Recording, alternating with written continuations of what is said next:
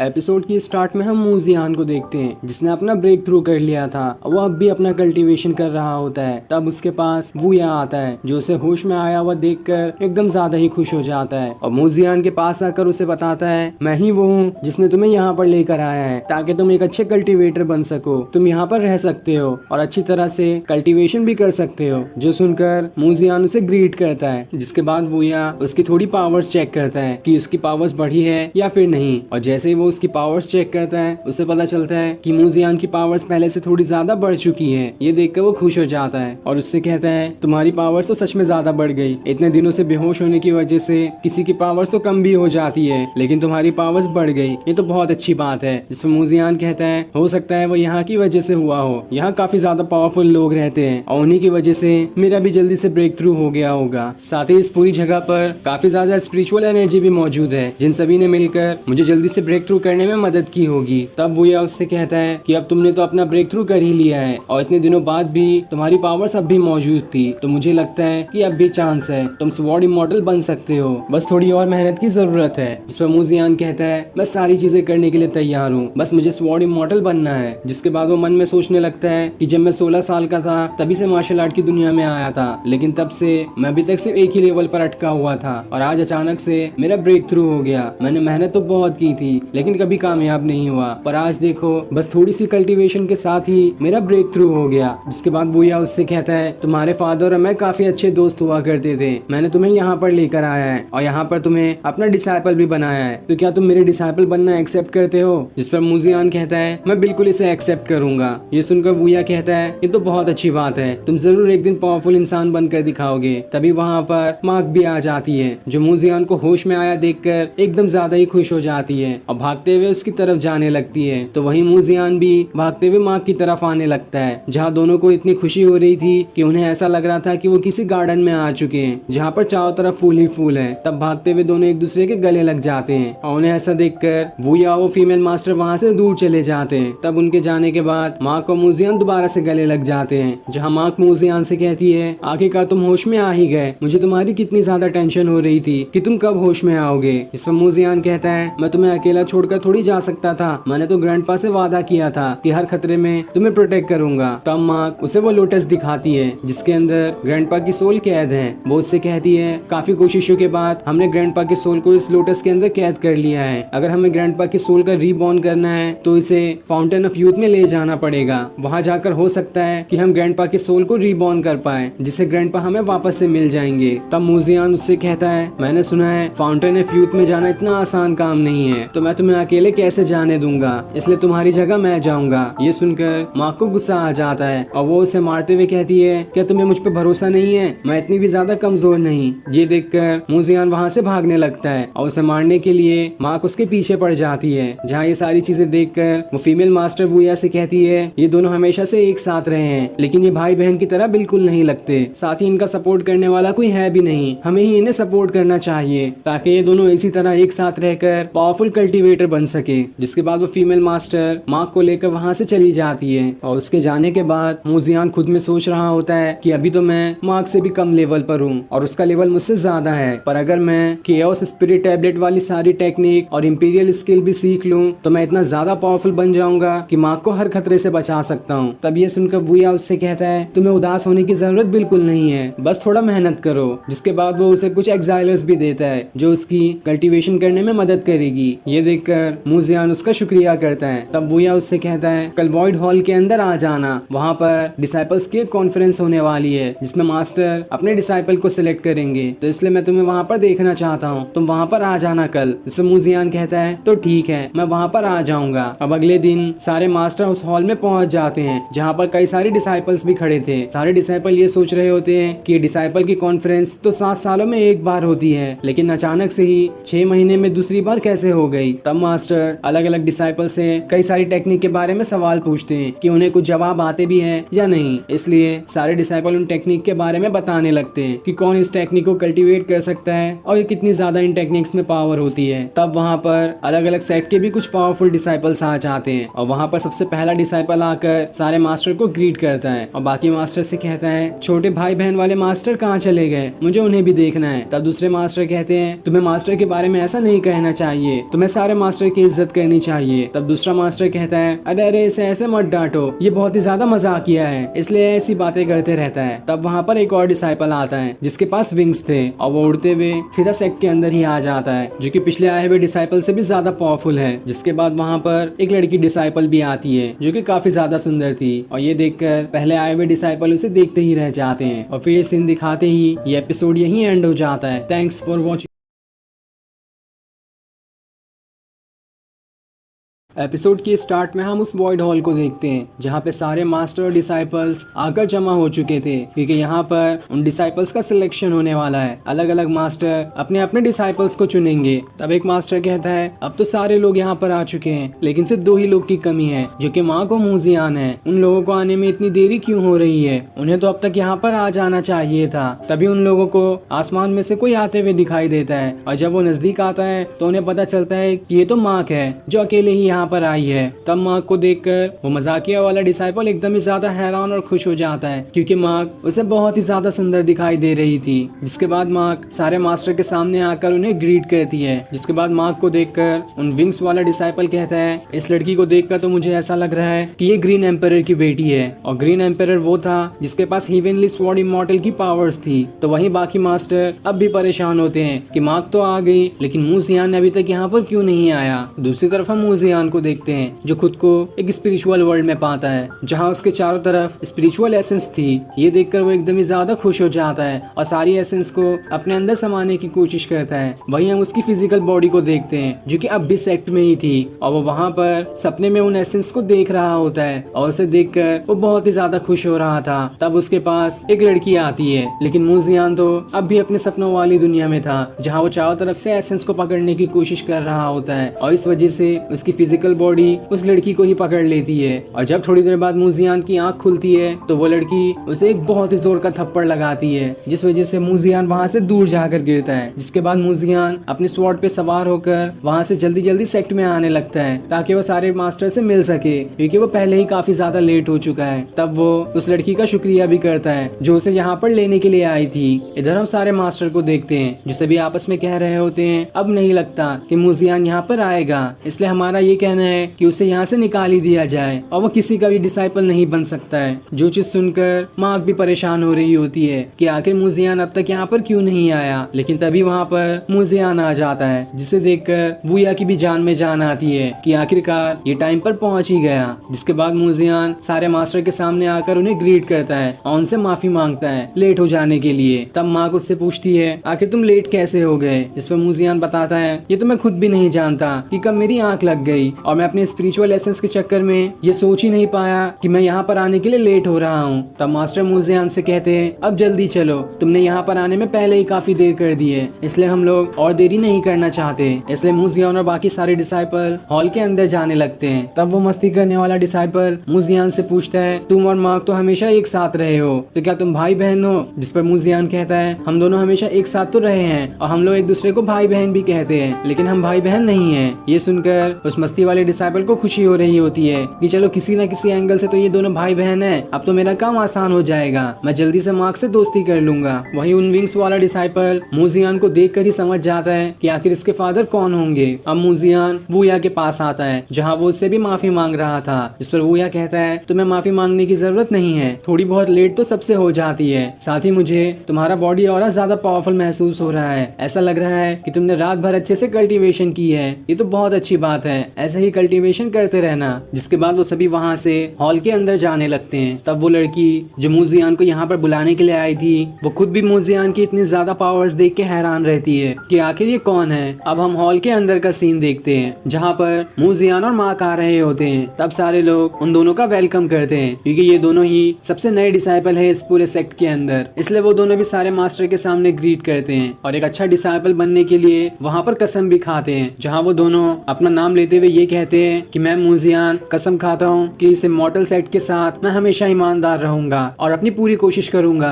इस immortal sect का नाम और ज्यादा रोशन करने में, और कभी भी गलत रास्ते पे नहीं चलूंगा, हमेशा अच्छाई का साथ दूंगा। तब उनके कसम खाने के बाद मास्टर उनसे कहते हैं अब तुम दोनों इस सेक्ट के हो चुके हो, इसलिए तुम्हें पहले से और ज्यादा प्रैक्टिस करने की जरूरत है, क्योंकि यहाँ के सारे डिसाइपल्स बहुत ज्यादा पावरफुल हैं और उनकी वजह से ही हमारे इस सेक्ट का नाम चलता है। इसलिए तुम्हें भी उनकी तरह अच्छा पावरफुल डिसाइपल बनना पड़ेगा ताकि हमारे सेक्ट का नाम हमेशा ऐसे ही रोशन रहे। जिस पर मूजियान और माँ हमें जवाब देते हैं और उन दोनों के इस सेक्ट में आने की वजह से वो मास्टर उन दोनों को एक एक आर्मर देते हैं जो कि एक गिफ्ट है उन दोनों को ऑफिशियली इस सेट का हिस्सा बनने के लिए। ये देखकर वो दोनों खुश हो जाते हैं और मास्टर का शुक्रिया भी करते हैं। वहीं ये चीज देखकर वो विंग वाला डिसाइपल उस मस्ती वाले डिसाइपल से कहता है ये सेक्ट इन दोनों पे कुछ ज्यादा ही मेहरबान नहीं हो रहा, पहले भी कितने सारे डिसाइपल्स यहाँ पर आए हैं लेकिन उन्हें तो कोई भी गिफ्ट नहीं मिला, तो आखिर इन्हें ये सब क्यों दिया जा रहा है। लेकिन वो मस्ती वाला डिसाइपल कहता है तुम्हें इसकी टेंशन लेने की जरूरत नहीं है क्योंकि ये आर्मर उतना ज्यादा भी पावरफुल नहीं है, बस नॉर्मल ही है, इसलिए इन्हें ये लेने दो।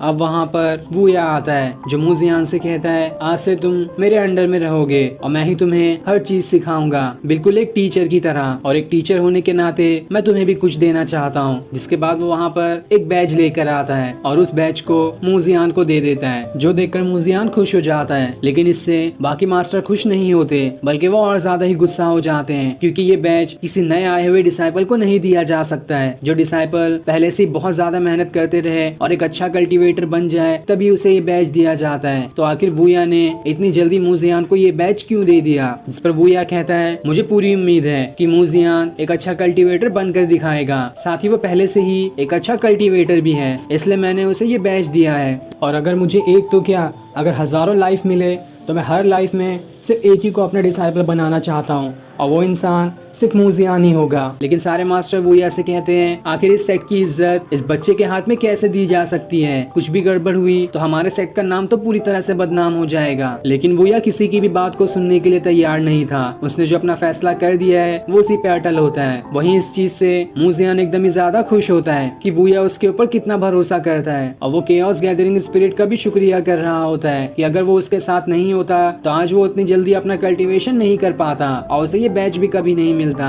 तभी एक मास्टर गुस्से में कहता है ऐसा बिल्कुल नहीं हो सकता, मैं मूजियान को बैच देने के लिए बिल्कुल खिलाफ हूँ। और उसकी शक्ल देखकर ऐसा लग रहा था कि वो तो फाइट पर उतर जाएगा। और फिर ये सीन दिखाते ही ये एपिसोड यहीं एंड हो जाता है। Thanks for watching.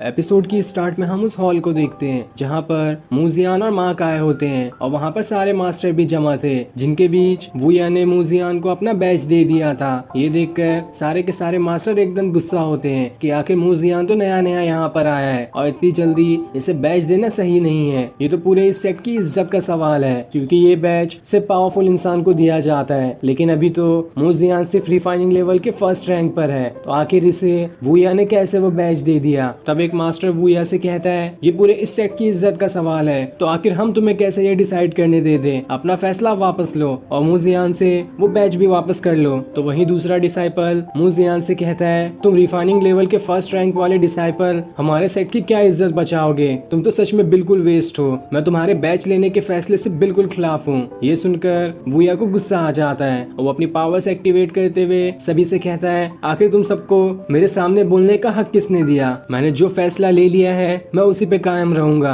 और किसी के अंदर हिम्मत नहीं है कि मेरे इस फैसले को बदल कर दिखाए। ये सुनकर वो मास्टर गुस्सा हो जाता है जो मूजियान को वेस्ट कह रहा था। तब ये देखकर मार्क उसका मजाक उड़ाना शुरू कर देती है। तब एक मास्टर वूया को आकर समझाते हुए कहता है ये इस पूरे सेट की इज्जत और बेइज्जती का सवाल है, इसलिए तुम थोड़ा शांत हो जाओ और शांति से इसका फैसला करो। गुस्सा करने से कुछ नहीं होगा बल्कि गुस्सा करने से बातें और बिगड़ जाएगी। तब वूया उससे कहता है मूजियान के फादर मेरे अच्छे दोस्त हुआ करते थे लेकिन मैं उनकी कभी मदद नहीं कर पाया और ये मूजियान तो उनका इकलौता ही बेटा है, इसलिए जितनी हो सके मैं मूजियान की उतनी मदद करूंगा और इसके लिए मुझे कोई रोक भी नहीं सकता। देखता हूँ किसके अंदर हिम्मत है जो मेरे फैसले के सामने आकर खड़ा हो सकता है। मैं अपनी पूरी जान लगा दूंगा कि मूजियान को इतना पावरफुल बना दूं कि पूरे सेक्ट में उसके जैसा पावरफुल इंसान कोई भी नहीं होगा। तब एक दूसरा मास्टर वूया से कहता है तुमने नए आए हुए डिसाइपल को ये बैच दे दिया है तो बाकी डिसाइपल इसके बारे में क्या सोचेंगे, होंगे उनमें तो झगड़ा भी हो सकता है कि जब वो इतने सालों से मेहनत कर रहे हैं उन्हें बैच नहीं मिला तो आखिर पहले दिन ही आए मूजियान को वो बैच कैसे मिल गया। इसलिए मेरी सलाह है कि हमें इमॉर्टल स्वॉर्ड कॉन्फ्रेंस का इंतजार करना चाहिए और जब वहाँ पर एक अच्छा कंपटीशन बाकी डिसाइपल के बीच में होगा तब देखा जाएगा और जो उसमें जीतेगा उसे ये बैच दिया जाएगा। और उसी कॉन्फ्रेंस में हम ये भी देख सकते हैं कि मूजियान के पास कितनी पावर्स है। अगर वो सच में इस बैच को लेने के लायक होगा तो वो उस कॉन्फ्रेंस में जीत जाएगा और वहाँ के सारे डिसाइपल को हरा देगा, तभी इसे पूरी इज्जत के साथ वो बैच दे दिया जाएगा और इस चीज की वजह से बाकी डिसाइपल में झगड़ा भी नहीं होगा। तब ये सुनकर बाकी सारे डिसाइपल कहते हैं ये फैसला तो बिल्कुल सही है, हमें इसी फैसले पर कायम रहना चाहिए, मूजियान को कंपटीशन लड़ाया जाए। अगर वो कंपटीशन जीत जाता है तो वो बैच बिल्कुल हक के साथ रख सकता है और इससे किसी को परेशानी भी नहीं होगी। तब वो सारे लोग मूजियान से पूछते हैं तुम्हारा क्या फैसला है इस चीज पर। लेकिन वूया कहता है मैंने पहले ही बता दिया है कि जब तक मेरी सांसें रहेगी मैं सिर्फ एक ही को अपना डिसाइपल बनाऊंगा जो कि मूजियान होगा और मैं उसे किसी परेशानी में नहीं देख सकता, इसलिए मुझे किसी कंपटीशन की जरूरत नहीं है। मैंने सीधा उसे बैच दिया है तो वैसे ही वो बैच उसके पास रहेगा। लेकिन तब बाकी डिसाइपल और ज्यादा गुस्सा होने लगते हैं कि आखिर इस वूया का तो दिमाग ही खराब हो गया है और मूजियान को भी बुरा भला कहना शुरू कर देते हैं। तब वूया को इतना ज्यादा गुस्सा आ जाता है कि वो सीधा अपनी स्वॉर्ड ही निकाल लेता है ताकि सभी के ऊपर अटैक कर सके। लेकिन बाकी मास्टर के काफी ज्यादा समझाने पर वूया अपना गुस्सा शांत कर लेता है। अब इतना झगड़ा देखकर मूजियान खुद आगे आता है और सभी से कहता है मेरे मास्टर ने मुझे इस सेक्ट में लेकर आया और अपना डिसाइपल भी बनाया, यही मेरे लिए बहुत है। मैं मानता हूँ कि मेरे फादर स्वॉर्ड इमॉर्टल थे लेकिन मुझे उनकी तरह बनने के लिए किसी की मदद नहीं चाहिए, ना ही किसी बैच का सहारा भी चाहिए। मैं खुद की मेहनत की मदद से एक पावरफुल डिसाइपल बनकर दिखाऊंगा जिस वजह से मेरे मास्टर की इज्जत और ज्यादा बढ़ जाएगी और किसी के अंदर हिम्मत नहीं होगी कि वो उनके सामने दोबारा कोई सवाल उठा सके। तब बाकी मास्टर उसकी ये बात सुनकर कहते हैं तुम्हें किसी की मदद नहीं चाहिए, कैसी बात करते हो, तुमने तो 10 साल प्रैक्टिस की और तुम अभी सिर्फ रिफाइनिंग लेवल के फर्स्ट रैंक पर ही हो। हम लोगों को तो तुम्हारी बच्चों से भी ज्यादा देखभाल करनी पड़ेगी तभी जाकर तुम एक अच्छे पावरफुल कल्टीवेटर बन पाओगे, वरना तो तुम्हारे पास कोई चांस ही नहीं है। तब मूजियान कहता है मैं मानता हूँ कि मैं रिफाइनिंग लेवल के फर्स्ट रैंक पर ही हूँ लेकिन मैंने आज ही रात को अपना सेकंड रैंक पूरा किया है और अब मैं रिफाइनिंग लेवल के सेकंड रैंक पर हूँ। तब ये देखकर बाकी सारे मास्टर एकदम हैरान हो जाते हैं कि आखिर मूजियान के अंदर कितनी ज्यादा हिम्मत है। तब एक मास्टर मूजियान से कहता है तो ठीक है, उस मार्शल आर्ट कंपटीशन के लिए तैयार हो जाओ। उस कंपटीशन में 9 स्टेट के अलग अलग इमॉर्टल यहाँ पर आके जमा होंगे और जो भी उन सभी में से जीतेगा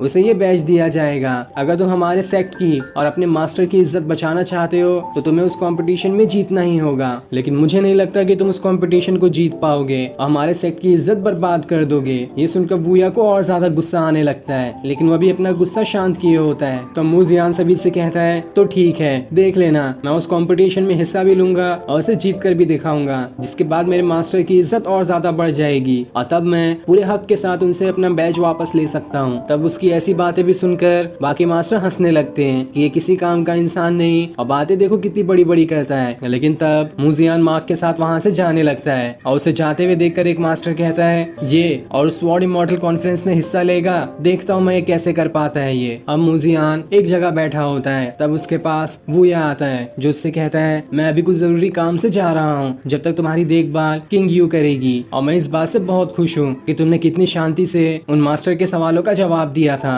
और तुम्हें उनकी बातों का जरा भी गुस्सा नहीं आया। तो मुझे पूरी उम्मीद है कि तुम एक दिन अच्छे पावरफुल कल्टीवेटर बनकर दिखाओगे और मेरी इस उम्मीद को कभी मत तोड़ना। इस पर मूजियान कहता है आपको टेंशन लेने की जरूरत नहीं है, मैं आपकी उम्मीदों पर खरा उतरूंगा। जिसके बाद वूया वहाँ से चला जाता है। अब मूजियान किंग यू के एकदम करीब आ जाता है जिसे देखकर किंग यू शर्मा रही होती है कि आखिर मूजियान यहाँ पर क्या करने आया है। तब मूजियान उसे एक स्पिरिट पिल देता है जिसे देते हुए कहता है इसे खा लेना, इससे तुम्हारी कल्टीवेशन और ज्यादा बढ़ जाएगी और मुझे तुम्हारी किसी और काम के लिए जरूरत नहीं है, बस मेरे खाने पीने का ध्यान रखना और मेरे लिए अच्छे से अच्छा खाना बनाना। जो सुनकर किंग यू खुश हो जाती है और उसके लिए अच्छा खाना बनाने के लिए चली जाती है। अब मूजियान एक जगह पर आकर अपना कल्टीवेशन कर रहा होता है ताकि वो रिफाइनिंग लेवल से हटकर स्पिरिट गैदरिंग लेवल पर पहुंच जाए ताकि उसके पास भी कोई पावरफुल स्पिरिट होगी। तब थोड़ी देर कल्टीवेशन करने के बाद वो ये महसूस करता है कि अभी की कल्टीवेशन पावर पहले से कहीं ज्यादा है और इस तरह से कल्टीवेशन करके मैं जल्दी से पावरफुल कल्टीवेटर बन सकता हूँ। तभी वहाँ पर मार्क आ जाती है जिसने उसके लिए एक स्पिरिट बॉटल लाई थी जिसे पीने के बाद मूजियान का कल्टीवेशन और जल्दी जल्दी बढ़ सकता है। तभी वहाँ पर किंग यू भी आ जाती है जो मूजियान के लिए खाना लेकर आई थी। तब मार्क और किंग यू एक दूसरे को देखकर एकदम ज्यादा गुस्सा गुस्सा हो जाते हैं कि आखिर तुम हो कौन और यहाँ पर मूजियान के साथ क्या कर रही हो।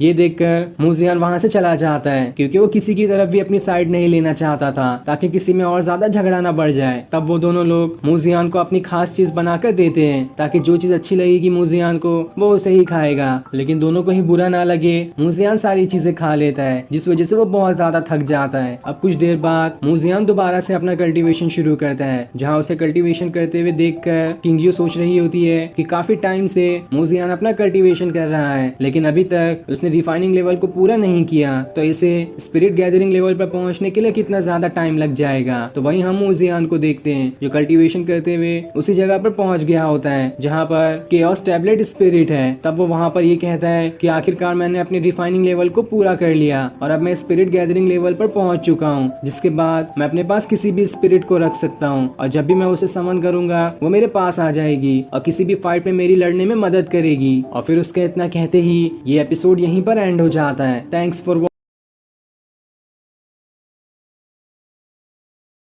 एपिसोड की स्टार्ट में हम मूजियान को देखते हैं जो अपना कल्टीवेशन कर रहा होता है और उसे कल्टीवेशन करते हुए अब तक के 4 महीने हो चुके हैं और इन 4 महीनों में वो स्पिरिट गैदरिंग लेवल पर पहुंच चुका है। इसलिए वो एक स्पिरिट को समन करने की कोशिश करता है। वहाँ पर के सारे टैबलेट में से एक टैबलेट के अंदर से एक स्पिरिट बाहर निकल कर आती है जो कि वही क्वीनलान एम्पायर की थी जिसकी स्वॉर्ड मूजियान के पास है। और जैसे ही वो स्पिरिट सामने आती है वो अपनी स्वॉर्ड को एक्टिवेट कर लेती है जिस वजह से वो स्वॉर्ड बहुत ही बड़ी हो जाती है और उसके बहुत सारे छोटे छोटे डुप्लीकेट्स भी बन जाते हैं जो सभी मिलकर मूजियान और उस स्पिरिट गैदरिंग टैबलेट को घेरे होते हैं। और फिर वो बड़ी वाली स्वॉर्ड बाकी सारी छोटी छोटी स्वॉर्ड को अपने अंदर ही समा लेती है और फिर वो बड़ी स्वॉर्ड मूजियान के चारों तरफ गोल गोल घूमना शुरू हो जाती है, जिसे ऐसे घूमते हुए देखकर मूजियान खुद से कहता है 4 महीने की प्रैक्टिस के बाद आखिरकार मैंने क्वीनलान लैंड टेक्निक को सीख ही लिया। जिसके बाद वो स्वॉर्ड वाली पावर्स सीधा मूजियान के अंदर ही समा जाती है। अब मूजियान अगली टेक्निक को इस्तेमाल करने की कोशिश करता है ताकि वो उसे भी सीख सके और ये वाली टेक्निक तान्युन वैली होती है, जिस टेक्निक को मूजियान कल्टीवेट करना शुरू कर देता है जहाँ वो पूरी तरह से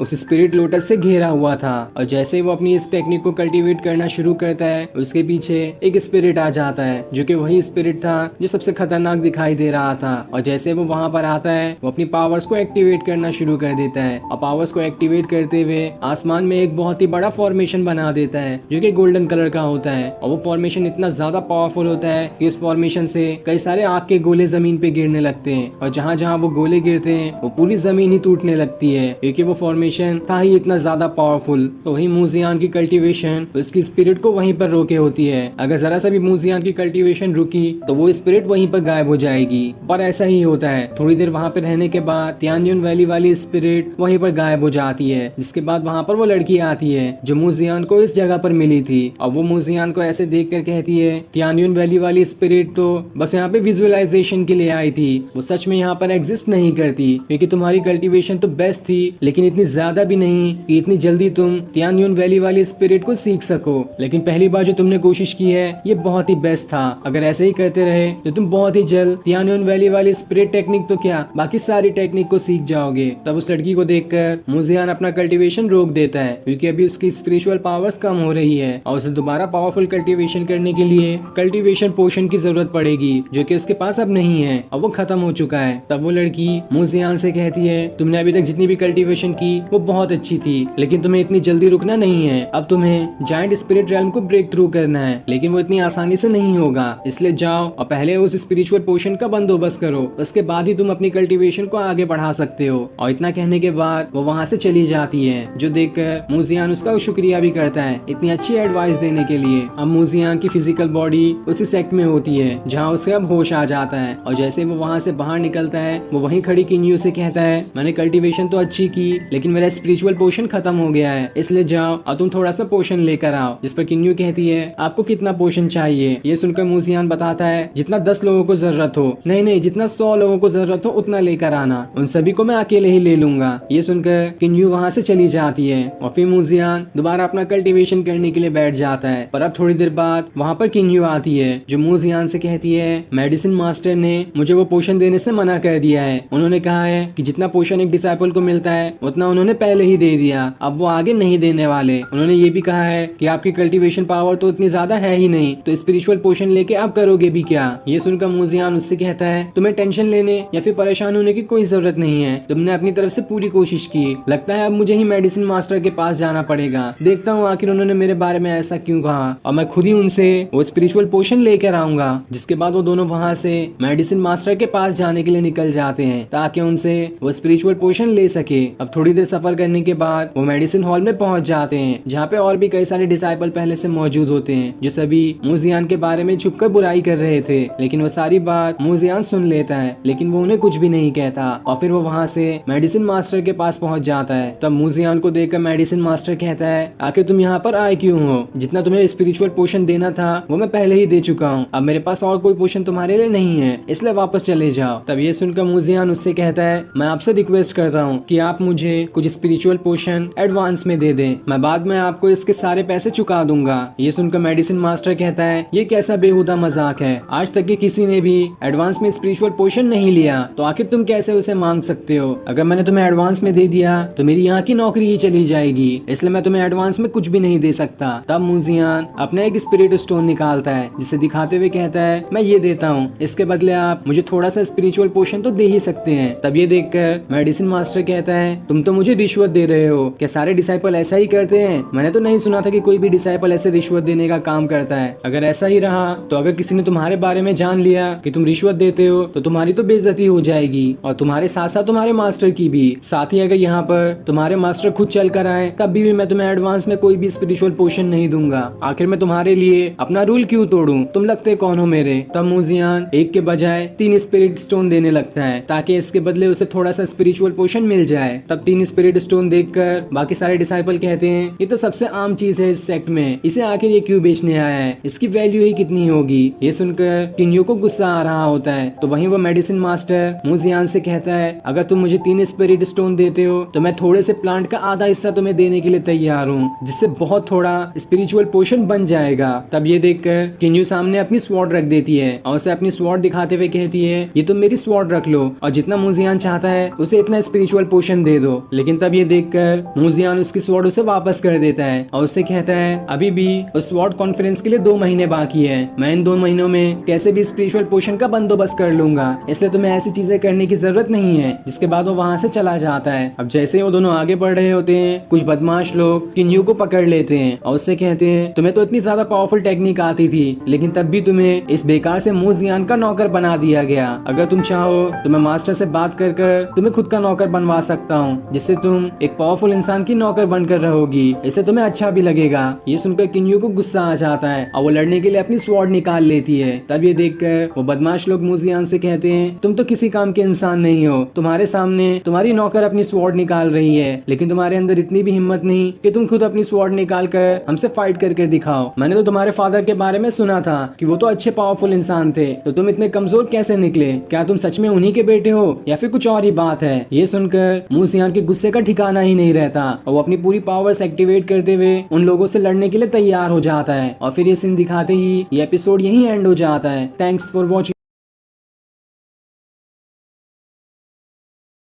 एपिसोड के स्टार्ट में हम मूजियान को देखते हैं जो किन्यू के साथ वहां से जा रहा होता है, लेकिन तभी उसे कुछ लोग घेर लेते हैं जो किन्यू का मजाक उड़ाने लगते हैं और उसे बचाने के चक्कर में वो लोग मूजियान से ही झगड़ा करने लग जाते हैं, जहां उन्होंने मूजियान के फादर को भी काफी बुरा भला कहा था, इसलिए मूजियान को बहुत ज्यादा गुस्सा आ जाता है। तब उसे गुस्से में देखकर वो लोग उससे कहते हैं अरे अरे मुझे तो तुमसे डर लग गया, हमें माफ कर दो, हम यहाँ से जा रहे हैं। जिसके बाद वो वहीं पर हंसना शुरू कर देते हैं और फिर दोबारा मूजियान से कहते हैं तुम्हें क्या लगता है कि तुम्हारे जैसे बच्चे से हम डर जाएंगे, ऐसा कभी नहीं हो सकता, तुम्हारे जैसे 10 भी आ जाए तब भी हम आसानी से तुम्हें संभाल लेंगे, अगर तुम्हारे अंदर हिम्मत है तो हमसे लड़कर दिखाओ, हम भी देखना चाहते हैं कि तुम आखिर क्या कर सकते हो। तब मूजियान कहता है तुमने मेरे फादर को बुरा भला कहा इसलिए मैं तुम्हें नहीं छोड़ूंगा। तब वो लोग हंसते हुए कहते हैं आखिर तुम्हारी हिम्मत कैसे हुई हमारे ऊपर सवाल उठाने की, तुम जानते भी हो उसका अंजाम क्या होगा, तुम जिंदा ही नहीं बचोगे। लेकिन तब भी मूजियान उससे लड़ने के लिए तैयार होता है, लेकिन तब वहाँ पर किन्यू आ जाती है जो उससे कहती है ऐसे लोगों से पंगा नहीं लेना चाहिए, ये हमें बाद में भी आकर परेशान कर सकते हैं, इसलिए यहाँ से चलना ही बेहतर होगा। लेकिन मुजियान कहता है कोई मेरे फादर के बारे में बुरा भला कहे और उसे मैं ऐसे ही जाने दूं, ये मुझसे नहीं हो पाएगा। जिसके बाद मुजियान उनसे लड़ने के लिए आगे बढ़ जाता है। तब ये देखकर उनमें से एक वहाँ से आगे बढ़ता है और एक जोरदार मुजियान को पंच मारकर वहाँ से पीछे धकेल देता है, लेकिन मुजियान कुछ भी नहीं कर पाता। तब किन्यू दोबारा उसे समझाने की कोशिश करती है कि इनसे हमें अभी पंगा नहीं लेना चाहिए, लेकिन मुजियान अब भी सुनने को तैयार नहीं था और इस बार वो पूरे गुस्से के साथ आगे अपना कदम बढ़ाने लगता है। और जैसे जैसे वो कदम बढ़ा रहा था उसके पैरों के नीचे से लोटस खिलने लगता है और पूरे 7 कदम बढ़ाने के बाद चारों तरफ बिल्कुल अंधेरा ही छा जाता है, मानो तूफान आने वाला हो। ये देखकर वो आदमी एकदम गुस्सा हो जाता है और अपने फॉर्मेशन को एक्टिवेट करते हुए वहाँ पर एक वुल्फ को ले आता है जो कि बहुत ही खतरनाक दिखाई दे रहा था और फिर वो उस वुल्फ के ऊपर सवार हो जाता है ताकि उसकी मदद से मुजियान पर अटैक करके उसका खेल ही खत्म कर दे। तब उस आदमी का भाई मुजियान से कहता है तुम इस वुल्फ से कभी नहीं लड़ पाओगे, तुम जानते भी नहीं ये कितना खतरनाक है, इस पूरे सेक्ट में मेरा भाई ही ऐसा है जिसके पास इतना खतरनाक वुल्फ है, बाकी किसी के पास भी ये नहीं है, तो तुम्हें क्या लगता है कि तुम इसे हरा दोगे? तब वो वुल्फ एक जोरदार अटैक मुजियान पे कर देता है जो अटैक पूरी तरह से बर्फ से बना हुआ था, लेकिन उस अटैक से मुजियान आसानी से बच जाता है। ये देखकर वुल्फ पे खड़ा हुआ आदमी एकदम गुस्सा हो जाता है कि आखिर ये बच कैसे गया, अब इसे मजा चखाता हूँ। जिसके बाद वो आसपास की स्नो पावर्स को जमा करना शुरू कर देता है ताकि उन सभी की मदद से मुजियान के ऊपर अटैक कर सके, लेकिन तब मुजियान अपने लोटस पे सवार होकर वहाँ से हवा में उड़ जाता है और चारों तरफ जमीन पे 7 लोटस के फूल खिला देता है जो कि इतने ज्यादा पावरफुल होते हैं कि वो सारे के सारे बर्फ के तूफान को रोक लेते हैं, जो देखकर वो आदमी भी दंग रह जाता है कि आखिर इसने इतनी आसानी से मेरे बर्फ के तूफान को कैसे रोक दिया। जिसके बाद मुजियान अपनी पावर्स को एक्टिवेट करना शुरू कर देता है और उसकी मदद से एक खतरनाक ऑरा वाला अटैक उस आदमी पे कर देता है, लेकिन इससे वो बच जाता है। तब मुजियान वहाँ पर अपना एक फॉर्मेशन बनाता है और उस फॉर्मेशन के अंदर से इतनी ज्यादा एनर्जी बाहर निकलती है कि चारों तरफ तूफान आना शुरू हो जाता है और जमीन भी हिलने लगती है। तब ये देखकर वो आदमी भी अपनी पावर्स को एक्टिवेट कर लेता है और अपने वुल्फ को पहले से और कहीं ज्यादा पावरफुल बनाकर उसकी पावर मिलाते हुए वहाँ पर एक फॉर्मेशन क्रिएट कर देता है और उस फॉर्मेशन के अंदर से हजारों की तादाद में छोटी छोटी स्वॉर्ड बाहर निकल रही थी जो सभी मिलकर मुजियान की तरफ जाने लगती है। ये देखकर किन्यू भी घबरा जाती है कि मुजियान इतने खतरनाक अटैक को रोक पाएगा भी या नहीं, लेकिन तभी वो स्वॉर्ड जैसे ही मुजियान को टकराने वाली होती है इससे पहले ही उसका लोटस वहाँ पर एक शील्ड बना देता है जिसकी मदद से एक भी स्वॉर्ड मुजियान को नहीं लगती और वो आसानी से उन सारे के सारे स्वॉर्ड को रोक लेता है। तो वहीं वो सारी स्वॉर्ड अब जमीन पे गिरने लगती है जिस वजह से वहाँ खड़े आसपास के लोगों को चोट लगने वाली थी, इसलिए वो सभी डर के मारे वहाँ से भाग जाते हैं। अब मुजियान पूरे गुस्से के साथ वहाँ से हवा में उड़ जाता है और फिर वो अपने क्वीनलैंड एम्पायर को समन करने की कोशिश करता है ताकि वो यहाँ पर आकर उस आदमी को सबक सिखा सके और इसके लिए वो सबसे पहले अपनी धर्मा बॉडी को एक्टिवेट करता है क्योंकि उसके बाद ही वो यहाँ पर अपने क्वीनलैंड एम्पायर को समन कर सकता है। और जैसे ही उसकी धर्मा बॉडी एक्टिवेट होती है वो वहाँ से सिग्नल सीधा उस केओस स्पिरिट टैबलेट में जाकर लगती है और फिर वो वहाँ से क्वीनलैंड एम्पायर सीधा मुजियान के पास ही पहुँच जाता है जो अपनी स्वॉर्ड के साथ यहाँ पर आया था।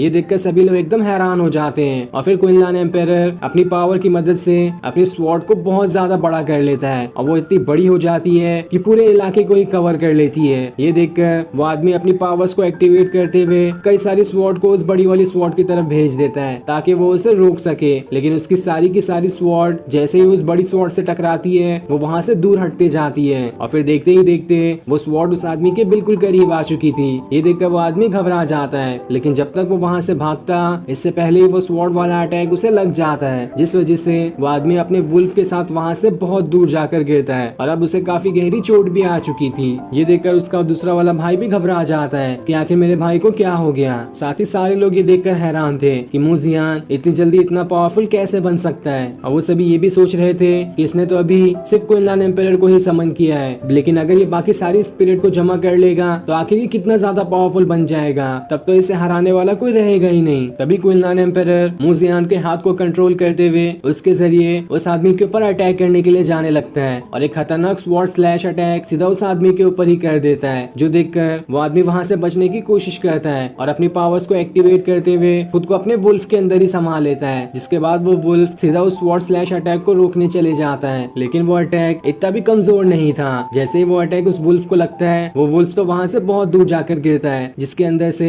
वो आदमी भी बाहर निकल के आ जाता है। अब मूजियान दोबारा से उस आदमी के ऊपर अटैक करता है, जहाँ इस बार के अटैक को रोकने के लिए वो आदमी वहाँ पर अपनी बहुत बड़ी शील्ड ले आता है, जो कि मूजियान के अटैक को रोके होती है। लेकिन वो भी ज्यादा देर तक उस अटैक को नहीं रोक पाता और मूजियान की पावर्स इतनी ज्यादा थी कि वो उस शील्ड को ही तोड़ देती है, जिस वजह से बहुत जोर का झटका उस आदमी को लग जाता है। और ये झटका इतना ज्यादा जोर का था कि उस आदमी के मुंह से खून भी आने लगता है और साथ ही वह बहुत ज्यादा इंजर्ड हो चुका था। तब उसकी ऐसी हालत देखकर मूजियान उसके ऊपर नहीं अटैक करने की सोचता है, लेकिन क्विनलैंड एम्पायर ने तो उसकी बॉडी को कंट्रोल किए हुए था। वो उसकी मदद से सीधा वहाँ से उस आदमी के ऊपर अटैक करने के लिए चले जाता है ताकि उस आदमी को खत्म कर सके। मूजियान अब भी उसके अटैक को रोकने की कोशिश कर रहा होता है, क्योंकि वो आदमी पहले से ही बहुत ज्यादा इंजर्ड है और वो शायद ही दोबारा लड़ पाएगा। लेकिन क्विनलैंड एम्पायर उसकी बात नहीं सुनता और जैसे ही वो उसके ऊपर मूजियान को अटैक करने के लिए भेजता है, ये सीन दिखाते ही ये एपिसोड यहीं पर एंड हो जाता है। Thanks for watching.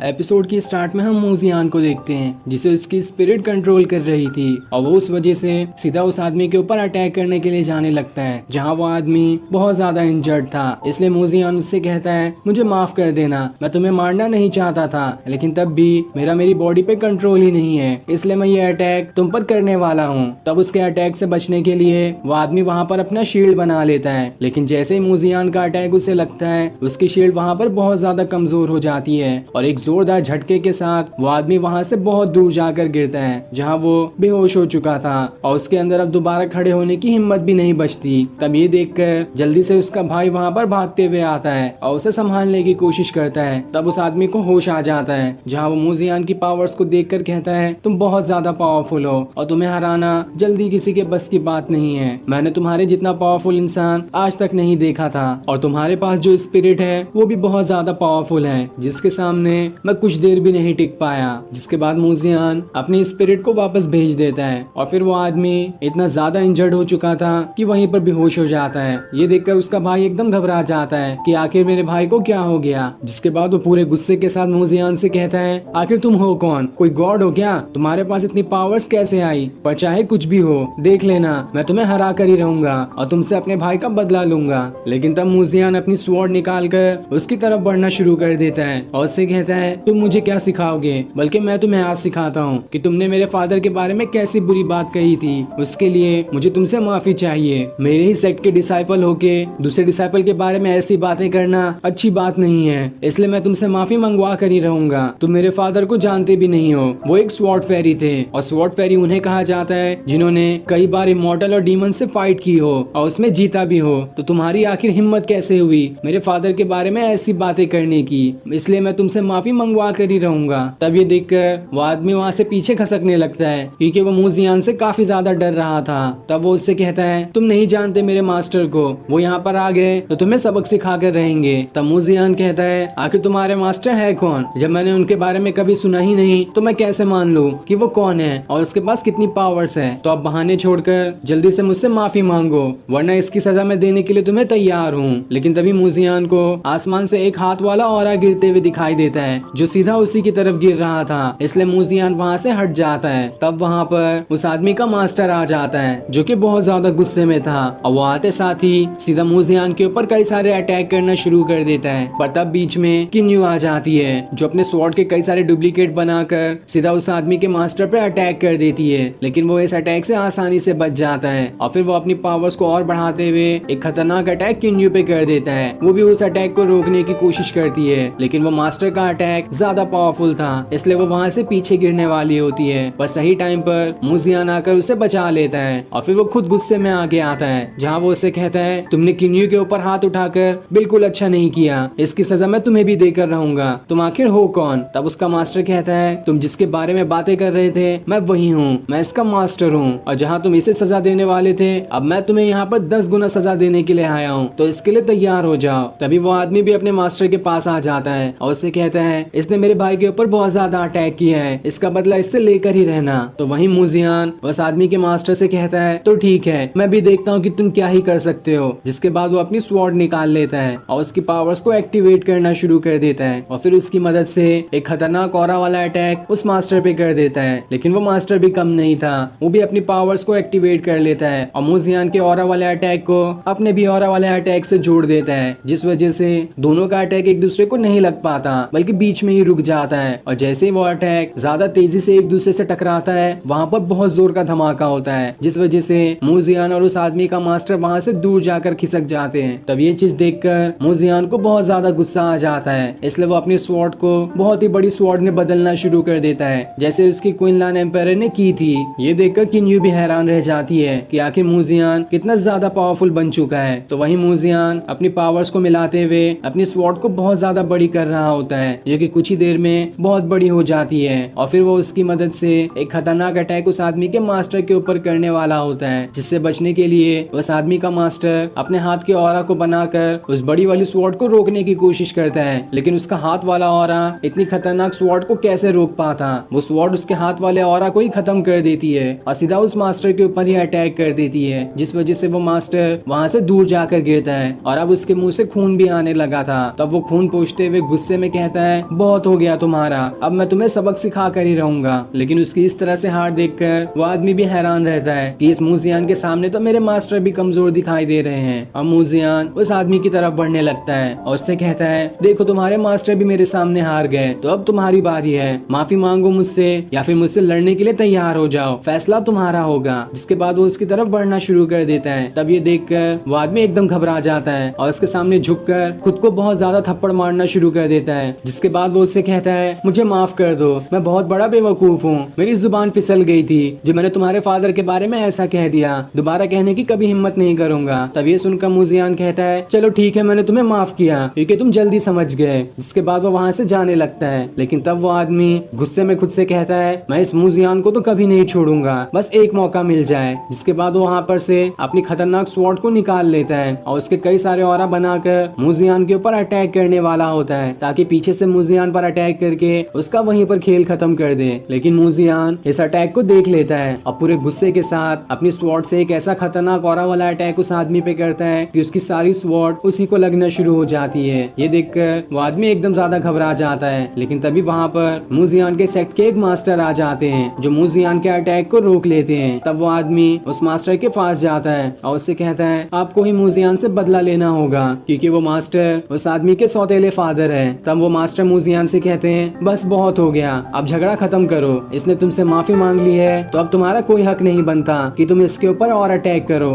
लेकिन मूजियान कहता है आप नहीं जानते कि इसने मेरे बारे में कैसी बातें की हैं, और मेरे बारे में करता तो चलता भी, लेकिन इसने मेरे फादर को भी काफी बुरा भला कहा है, तो आखिर मैं इसे कैसे छोड़ दूं, मैं इसे आज जिंदा नहीं छोड़ूंगा, इसने तो मुझ पर पीछे से अटैक करने की भी कोशिश की है। तब ये सुनकर वो मास्टर गुस्से में कहता है तो ठीक है, अब मुझे ही कुछ करना पड़ेगा तुम्हें शांत करने के लिए। जिसके बाद वो वहाँ का पूरा वेदर ही बदल देता है और वहाँ से हवा में उड़ जाता है, जहाँ उसने अपनी पूरी पावर्स को एक्टिवेट कर लिया था, और इस वजह से उसके अंदर विंग्स भी निकल आते हैं। और अब वो मास्टर सीधा मूजियान से लड़ने के लिए तैयार होता है। तो अब क्या मूजियान अपने मास्टर को हरा पाएगा, ये हमें अगले एपिसोड में दिखाया जाएगा। और इसी सीन के साथ ये एपिसोड यहीं एंड हो जाता है। Thanks for watching.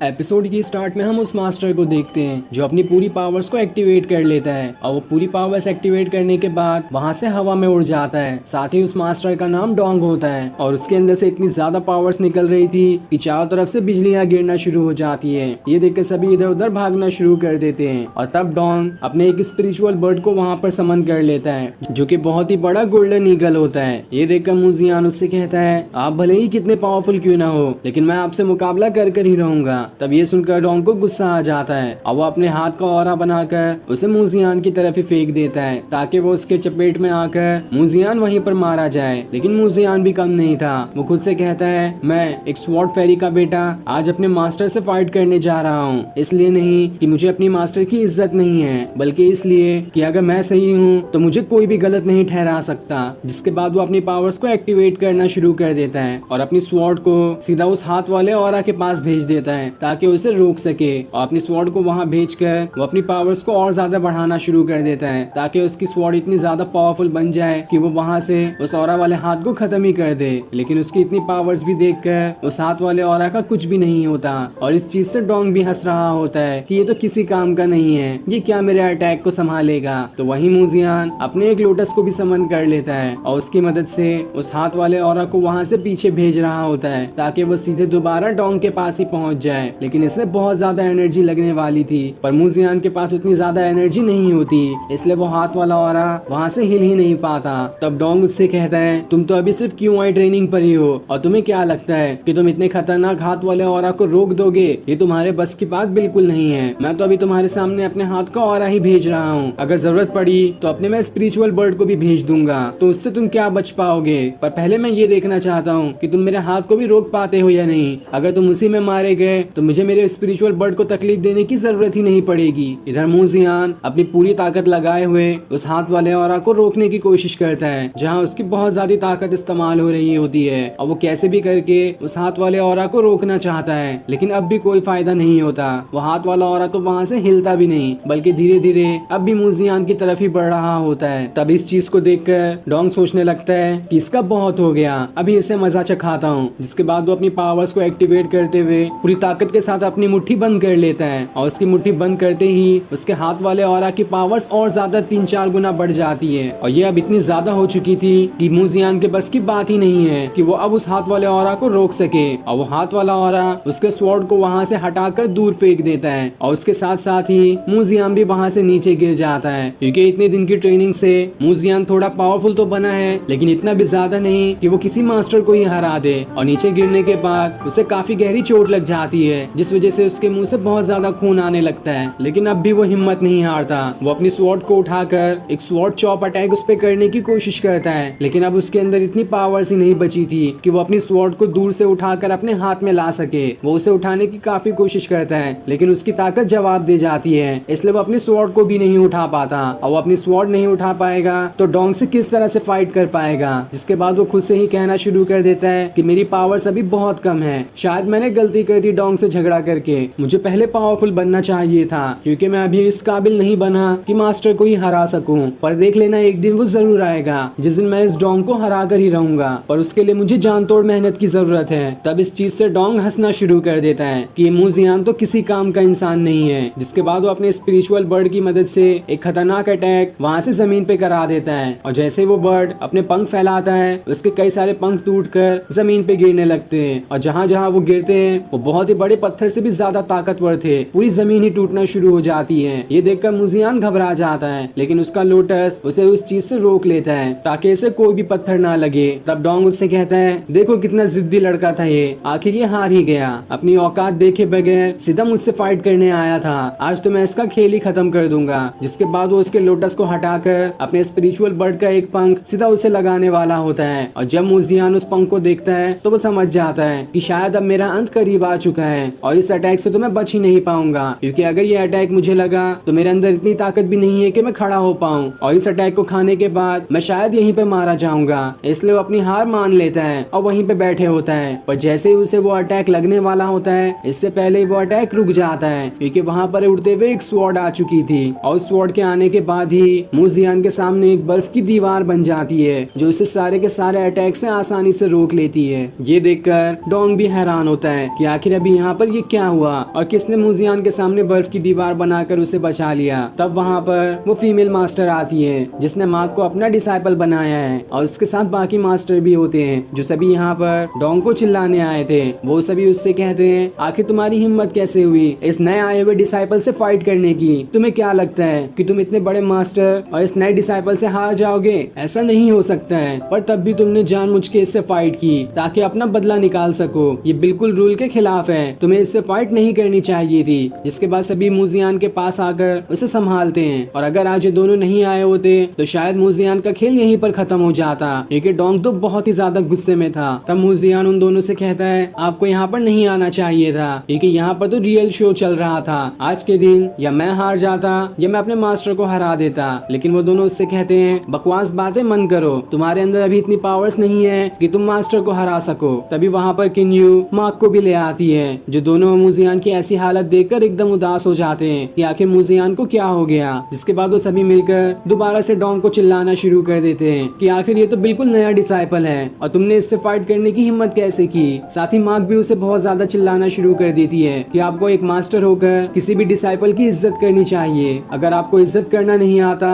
तो किस काम के आप मास्टर हुए। ये सुनकर डोंग को गुस्सा आने लगता है और वो उससे कहता है ये सारी चीजें मुझे नहीं बल्कि इस मूजियान को समझाओ, उसे क्या जरूरत थी मुझसे फाइट करने की। जोश तो उसे ही चढ़ा था जब वो जानता था कि मुझसे फाइट नहीं कर पाएगा तो खुद ही उड़ते हुए मेरे पास आया फाइट करने के लिए, तो आखिर मैं उसे क्यों ना सबक सिखा कर रहा हूँ। जिसके बाद वो गुस्से में अपने सौतेले बेटे को वहाँ से लेकर चला जाता है। अब सभी मूजियान के पास आते हैं जहाँ वो मास्टर उसकी पावर्स देखकर कहते हैं मुझे लगता है कि पिछले 4 महीनों में मूजियान क्यूआई ट्रेनिंग के फर्स्ट लेवल से सीधा 9th लेवल पर पहुंच चुका है और ये चीज इतनी जल्दी नहीं होती है। मुझे लगता है कि मूजियान ने अपनी बॉडी पे काफी ज्यादा प्रेशर डाला है तभी वो इतनी जल्दी 9 लेवल पर पहुंच गया। पर जल्दी जल्दी कल्टीवेशन करना हमेशा फायदेमंद साबित नहीं होता, इससे बॉडी को बहुत ज्यादा नुकसान होता है और यही वजह थी कि मूजियान इतनी जल्दी कमजोर पड़ गया। तब मार्क मूजियान से कहती है मुझे तुम पर भरोसा है, चाहे दुनिया कुछ भी कहे मैं तुम पे भरोसा करती हूँ कि तुम एक दिन सबसे ज्यादा पावरफुल कल्टीवेटर बनकर दिखाओगे। और फिर उसके इतना कहते ही ये एपिसोड यहीं पर एंड हो जाता है। Thanks for watching. एपिसोड की स्टार्ट में हम कॉन्फ्रेंस हॉल को देखते हैं जहाँ पर सारे डिसाइपल और मास्टर आकर जमा हुए होते हैं क्योंकि यहाँ पर एक मीटिंग होने वाली है और इसमें ये देखा जाएगा कि कल जो फाइट हुई थी उसमें किसकी कितनी गलती थी और जिसकी गलती होगी उस हिसाब से उसे सजा भी दी जाएगी। और उस हॉल में डोंग और मूजियान भी आए होते हैं जहाँ सबसे पहले डोंग कहता है मूजियान कल बाकी डिसाइपल को परेशान कर रहा था और उन्हें इतना परेशान कर रहा था कि इससे उनकी जान भी जा सकती थी, लेकिन सही टाइम पर मैं वहाँ पर पहुँच गया। अगर मैं वहाँ नहीं पहुँचा होता तो न जाने वो कितने डिसाइपल्स को मार दिया होता और उसी में मेरा सौतेला बेटा भी शामिल था जिस पर भी उसने हमला किया था, बस ये दिखाने के लिए कि आखिर वो कितना ज्यादा पावरफुल है। इसलिए मैं चाहता हूँ कि जो भी रूल है उस रूल के हिसाब से मूजियान को सजा दी जा सके ताकि वो दोबारा कभी भी ऐसी गलती करने के बारे में सोचे भी ना। लेकिन तब वो फीमेल मास्टर कहती है मैं खाली तुम्हारी बात सुनकर मूजियान को कैसे सजा दे सकती हूँ, मुझे मूजियान की भी राय सुननी है, उसके बाद ही कोई फैसला किया जाएगा कि सजा किसे होनी चाहिए। ये सुनकर डोंग को गुस्सा आ रहा होता है। अब मूजियान आगे आता है और सभी को बताता है कि मैं काफी टाइम से कल्टीवेशन कर रहा था जिस वजह से मैंने एक स्पिरिट को समन भी कर लिया है, लेकिन बाकी स्पिरिट को समन करने के लिए मुझे और ज्यादा कल्टीवेशन हर्ब की जरूरत थी जिसे लेने के लिए मैं मेडिसिन हॉल गया था, लेकिन मुझे वो वहाँ से नहीं मिला। और जब मैं वहाँ से बाहर आ रहा था तभी डोंग के बेटे और उसके दोस्त ने मिलकर हमें घेर लिया और मेरे फादर के बारे में बुरा भला कहने लगा, इसलिए मैंने उससे फाइट की। लेकिन तब वहाँ पर मेडिसिन मास्टर आता है जो सभी से कहता है मूजियान मेरे पास आया था मेडिसिन हर्ब लेने के लिए, लेकिन मैंने पहले ही उसे एक नॉर्मल डिसाइपल से ज्यादा हर्ब दे दिया था, लेकिन तब भी वो दोबारा मांगने के लिए मेरे पास आया, इसलिए मैंने उसे मना कर दिया क्योंकि किसी डिसाइपल को मैं रूल से ज्यादा हर्ब्स नहीं दे सकता, ये रूल के खिलाफ होगा। मैं सिर्फ रूल के हिसाब से ही चलता हूँ और जिस डिसाइपल को जितना हर्ब दिया जाता है उसे मैंने उतना ही दिया और ज्यादा ना देने पर मूजियान मुझे धमका कर चला गया कि चाहे कुछ भी हो जाए मैं कैसे भी करके वो कल्टीवेशन हर्ब लेकर ही रहूंगा। तब ये सुनकर डोंग सभी से कहता है देखो इस मूजियान को, इसे किसी की भी इज्जत करना नहीं आता तो आखिर इसे सजा क्यों नहीं दी जाए। लेकिन तब किन्यू आगे आती है जो सभी को बताती है मूजियान दिन रात कल्टीवेशन करता है ताकि वो सारी की सारी स्पिरिट को कल्टीवेट कर सके, और अगर कोई इतनी ज्यादा कल्टीवेशन करता है तो उसे एक्स्ट्रा मेडिसिन हर्ब की जरूरत ही पड़ेगी। तो अगर मूजियान को इस तरह से एक्स्ट्रा हर्ब दिया जा सके तो इसमें कोई रूल ब्रेक नहीं होगा, क्योंकि अगर कोई डिसाइपल ज्यादा कल्टीवेशन करता है तो सेक्ट की जिम्मेदारी होती है कि उसकी मदद की जाए और उसे मोटिवेट भी किया जाए ताकि वो और ज्यादा कल्टीवेट करके एक अच्छा कल्टीवेटर बन सके। तो आखिर जब मूजियान ने थोड़ा एक्स्ट्रा मेडिसिन हर्ब मांगा तो उसे क्यों नहीं दिया गया, जबकि वो उसे बर्बाद तो नहीं करता बल्कि उससे और ज्यादा कल्टीवेशन करके इस सेक्ट का ही नाम रोशन करता। तो मैं इसमें बिल्कुल नहीं मानती कि मूजियान ने कोई भी रूल ब्रेक किया है और इसलिए तो मूजियान को कोई सजा न दी जाए। तब वो मास्टर कहता है ये बात तो सही है, अगर किसी को ज्यादा कल्टीवेशन हर्ब चाहिए तो वो बिल्कुल ले सकता है ताकि वो अपना कल्टीवेशन और बढ़ा सके। तब वो फीमेल मास्टर मूजियान से कहती है आज से अगर तुम्हें जितनी भी मेडिसिन हर्ब की जरूरत पड़ेगी तुम्हें मेडिसिन हॉल जाने की बिल्कुल जरूरत नहीं है, तुम मेरे पास आ जाना, तुम्हें जितना जरूरत होगा मैं वो तुम्हें मेडिसिन हर्ब ला कर दे दूंगी। ये सुनकर मूजियान खुश हो जाता है और उनका शुक्रिया भी करता है। लेकिन तब दूसरा मास्टर उससे कहता है अगर तुम्हें ज्यादा मेडिसिन हर्ब दिया जाए तो तुम पहले से और ज्यादा पावरफुल बन जाओगे और एक दिन ऐसा आएगा कि तुम डोंग और उसके सौतेले बेटे से बदला लेने आओगे। तो आखिर इस चीज के लिए तुम्हें ज्यादा मेडिसिन हर्ब क्यों दिया जाए, जितना सभी को दिया जाता है तुम्हें भी उतना ही मिलेगा ताकि तुम धीरे धीरे पावरफुल बन सको। लेकिन तब मुजियान कहता है मैंने डोंग के बेटे के साथ बिला वजह कुछ नहीं किया, बल्कि वो मेरे फादर के बारे में गलत चीजें कह रहा था, इसलिए मैंने उससे फाइट की और उसे सबक सिखाया। लेकिन तब डोंग कहता है ऐसा बिल्कुल नहीं हो सकता, मेरा बेटा बिल्कुल वेल बिहेव है, वो किसी के भी बारे में ऐसा कभी नहीं कह सकता। तब मुजियान कहता है उस फाइट के टाइम वहाँ पर जो भी था आप उन सभी से पूछ सकते हो कि शुरुआत किसने की थी और किसने मेरे फादर के बारे में गलत कहा था। तब किन्यू आगे आकर सभी से कहती है मुजियान बिल्कुल सही कह रहा है, इसने मुजियान के फादर को काफी गलत गलत शब्द कहा था और उन्हें वेस्ट कहने के साथ उनकी काफी बुराई भी कर रहा था, ये तो बिल्कुल गलत है। ये सुनकर डोंग का बेटा वहाँ पर झुक जाता है और सभी से माफी मांगते हुए कहता है मुजियान जो कह रहा है वो बिल्कुल सच है, मैंने गलती से मुजियान के फादर में गलत शब्द कह दिए थे, पर इसकी सजा वो मुझे मार कर दे चुका है, इसलिए मैं चाहता हूँ कि मुझे आगे से कोई पनिशमेंट ना दी जाए। ये सुनकर डोंग भी गुस्सा हो जाता है कि आखिर इसने ही सारी चीजों की शुरुआत की थी, यहाँ पर तो मेरा नाम खराब हो गया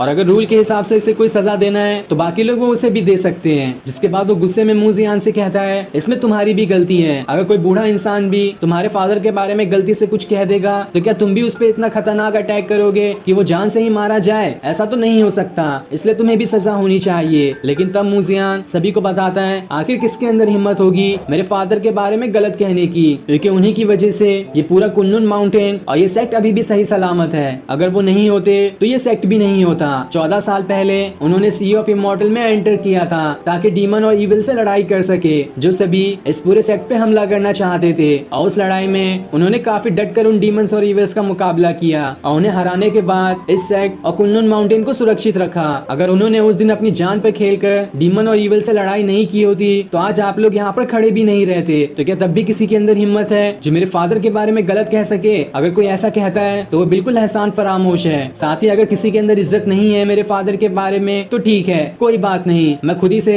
अपने फादर के इज्जत की देखभाल करूंगा। और अगर कोई भी उनके बारे में कुछ कहेगा तो मैं उसे नहीं छोड़ूंगा, भले से वो चाहे मेरे से उम्र में छोटा हो या फिर बड़ा, मैं उसे सजा देकर ही रहूंगा। तब मार्क भी आगे आती है और सभी से कहती है मुजियान बिल्कुल ठीक कह रहा है, कुछ सालों पहले मेरे फादर भी सी ऑफ इमॉर्टल में गए थे उन डेविल्स और डीमन से लड़ने के लिए, और वहाँ पर वो काफी ज्यादा इंजर्ड हो चुके थे, इसलिए सभी को उनकी मदद करने के लिए जाना था। लेकिन सारे के सारे लोग डर चुके थे क्योंकि उस सी ऑफ इमॉर्टल के अंदर जाना अपनी मौत को दावत देने के बराबर था। लेकिन मुजियान के फादर बिल्कुल भी नहीं डरे और वो किसी की भी मदद लिए बगैर ही अकेले मेरे फादर को बचाने चले गए। अगर उस दिन उन्होंने मेरे फादर को नहीं बचाया होता तो आज मैं खुद यहाँ पर नहीं होती। इसलिए मुजियान के फादर का मेरे ऊपर बहुत बड़ा एहसान है और मैं भी उनके साथ ही हूँ, कोई भी उनके बारे में गलत नहीं कह सकता। तब वो मास्टर भी सभी को मुजियान के फादर के बारे में बताना शुरू कर देता है कि काफी टाइम पहले डेविल्स और डीमंस ने इस पूरे कुनलुन माउंटेन पे अटैक करने वाले थे। तब मुजियान के फादर अकेले ही उन सभी डेविल्स और डीमंस से लड़ने चले गए थे। उन्होंने बाकी लोगों से मदद भी मांगी थी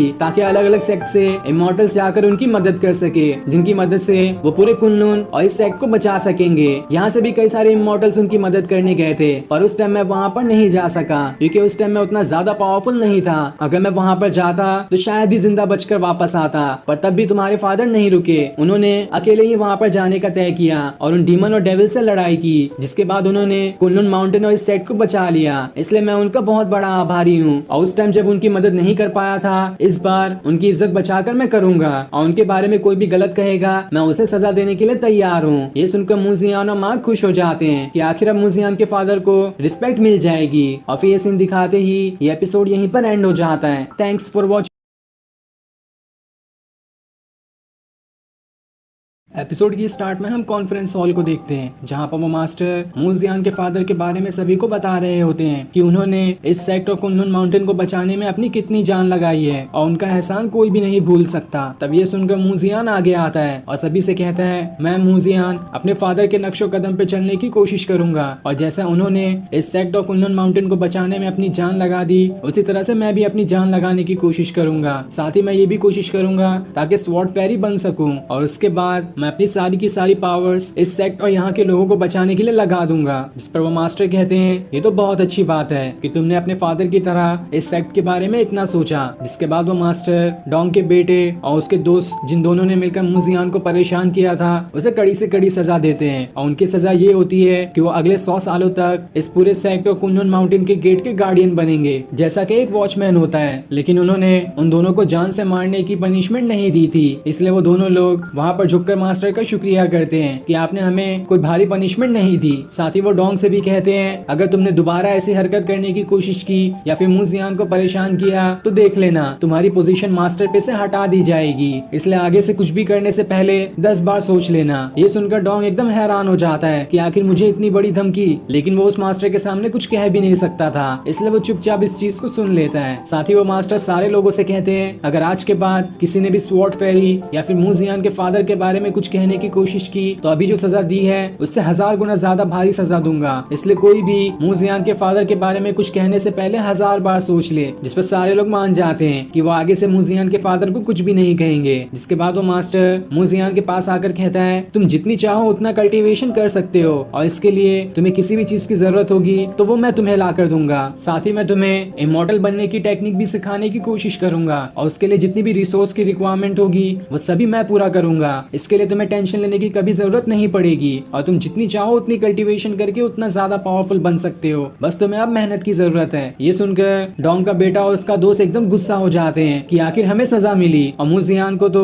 इमॉर्टल बनने की टेक्निक भी मिलने वाली है। जिसके बाद मास्टर सभी को वहाँ से जाने कह देता है, इसलिए सारे लोग वहाँ से चले जाते हैं। लेकिन तब वो मास्टर मूजियान से एक और बात कहता है मैंने तुम्हें छूट तो दी है कि तुम जितना चाहे उतना कल्टीवेशन कर सकते हो, लेकिन एक बात हमेशा याद रखना पावरफुल उतना ही बनना जितना तुम्हें वो खुशी दे सके, वरना ज्यादा पावरफुल बनना भी सही नहीं होता, इससे पूरी दुनिया तुम्हारी दुश्मन बन जाएगी। जिस पर मूजियान हाँ में जवाब देता है। इधर हम एक मास्टर को देखते हैं जो अपने डिसाइपल के साथ फाइट कर रहा होता है, जहाँ वो उन्हें सिखाने के बजाय उन पर ही अपनी पावर्स का इस्तेमाल कर रहा होता है और उसके पास भी बिल्कुल डोंग की तरह ही विंग्स होती है। तब वहाँ पर डोंग आता है तो वहीं उस मास्टर के डिसाइपल उससे कहते हैं मैंने सुना है कि मूजियान को अभी मॉडल बनने की टेक्निक भी मिल जाएगी, वो भी भरपूर रिसोर्सेस के साथ। ये सुनकर वो मास्टर एकदम ज्यादा गुस्सा हो जाता है और अपने डिसाइपल से कहता है भाग जाओ यहाँ से, वरना मुझे और ज्यादा गुस्सा आया तो मैं तुम्हें और ज्यादा मारूंगा। इसलिए डर के मारे वो सारे डिसाइपल वहाँ से भाग जाते हैं। जिसके बाद वो मास्टर डोंग से कहता है अगर मूजियान को इतनी ही छूट मिली तो वो बहुत ही जल्दी इमॉर्टल बन जाएगा, लेकिन चाहे कुछ भी हो जाए मैं उसे इतनी आसानी से इमॉर्टल नहीं बनने दूंगा। जिस पर डोंग कहता है जो करना है करो, लेकिन दोबारा मेरा नाम खराब नहीं होना चाहिए, क्योंकि मुझे धमकी मिल चुकी है कि अगर मैंने दोबारा कुछ करने की कोशिश की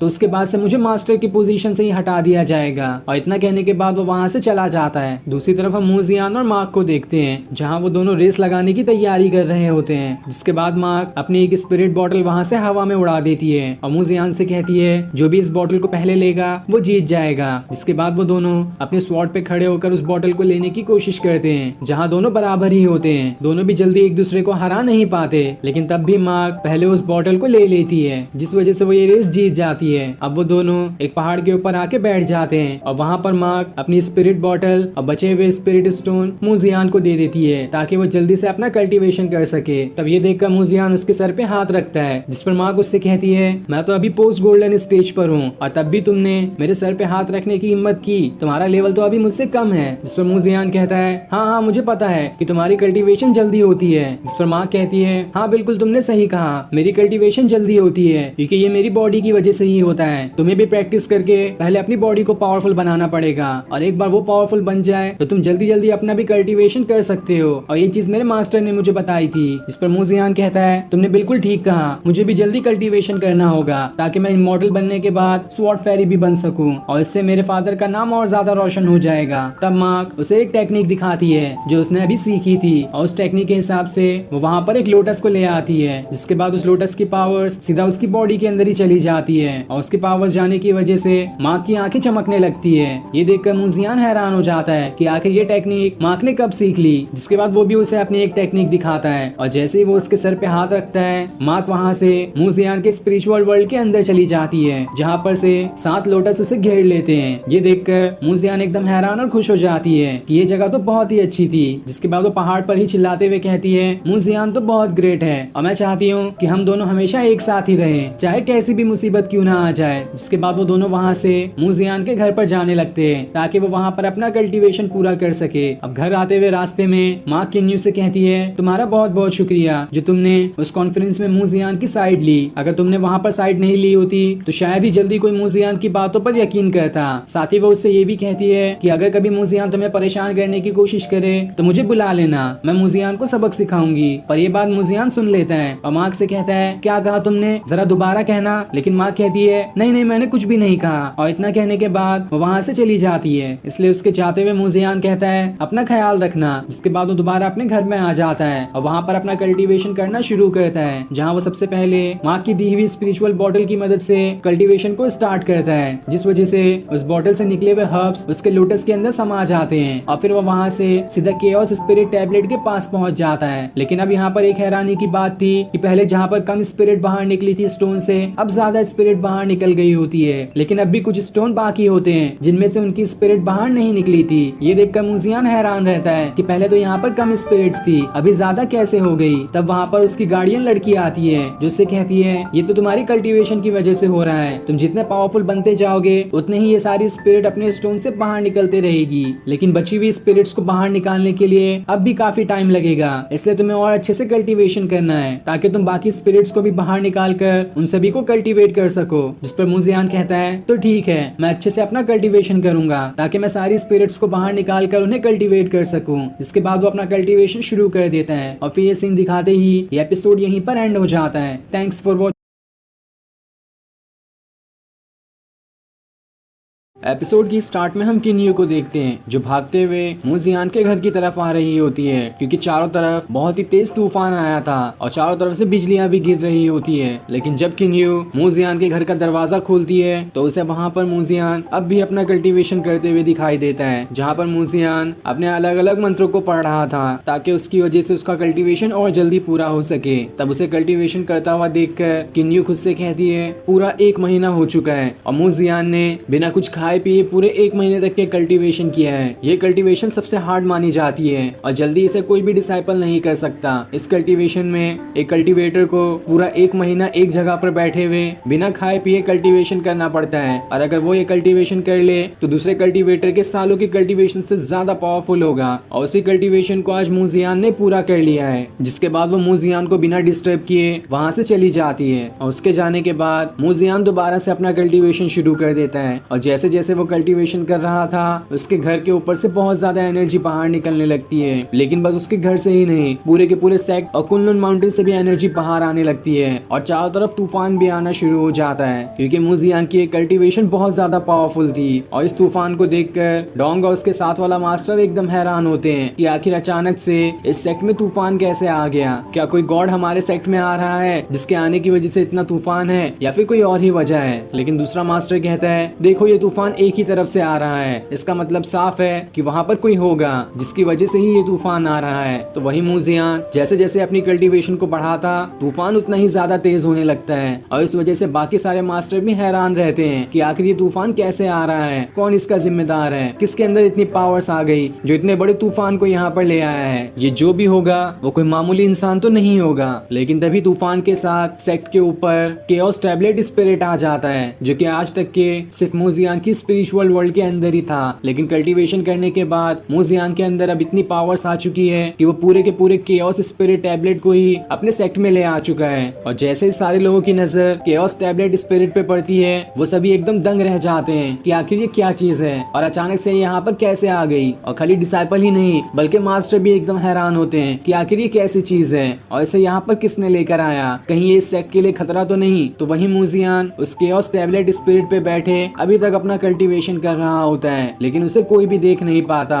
क्योंकि वो केओस टैबलेट स्पिरिट आसमान में बहुत ऊपर था और वहाँ से जमीन पे खड़े होकर मूजियान को देखना किसी के लिए भी इम्पॉसिबल है, इसलिए किसी को भी मूजियान नहीं दिखाई दे रहा। अब मूजियान का सारा स्पिरिचुअल ऑरा एक तरफ जमा होने लगता है और सारा का सारा ऑरा जमा होकर सीधा मूजियान के अंदर ही चले जाता है, जिस वजह से बाकी सारी की सारी स्पिरिट टैबलेट बाहर निकल कर आ जाती है और चारों तरफ से घूमना शुरू हो जाती है। तब उन टैबलेट्स को देखकर बाकी सारे मास्टर को समझ में आता है कि ये तो केओस टैबलेट स्पिरिट है जिसे आज तक पिछले 3000 सालों में किसी ने नहीं देखा। तो आखिर ये अचानक से यहाँ पे अपीयर कैसे हो गया, जरूर इसके पीछे कोई होगा जो कि बहुत ज्यादा पावरफुल है। दूसरी तरफ मार्क अपनी प्रैक्टिस कर रही होती है जहाँ वो अलग अलग स्वॉर्ड टेक्निक सीख रही थी, लेकिन तभी अचानक से मूजियान के कल्टीवेशन की वजह से वहाँ पर भी तूफान आ जाता है और इतनी जोरदार आवाज आ रही होती है कि मार्क उसे संभाल ही नहीं पाती। लेकिन तब उसकी मास्टर उसके सामने एक शील्ड बना देती है ताकि वो किसी आवाज और तूफान से उसे कोई फर्क ना पड़े। दूसरी तरफ मूजियान उस बेल को समन कर लेता है जो कि उसकी एक स्पिरिट की है, और जैसे वो उस बेल को समन करता है वहाँ पर वो स्पिरिट भी आ जाती है जो सीधा मूजियान के पीछे आकर खड़ी हो जाती है। तब वो स्पिरिट जोर से आवाज लगाकर कहता है, क्या कोई है मुझसे लड़ने के लिए? मैं यहाँ पर उससे लड़ने के लिए तैयार हूँ। अगर किसी के अंदर हिम्मत है तो आकर मुझसे लड़के दिखाए। इधर मूजियान एकदम ज्यादा हैरान और खुश होता है कि उसकी 1 महीना कड़ी मेहनत काम आई और अब उसका कल्टीवेशन पहले से कहीं ज्यादा बढ़ चुका है, जिसकी मदद से मैं अपने स्पिरिट को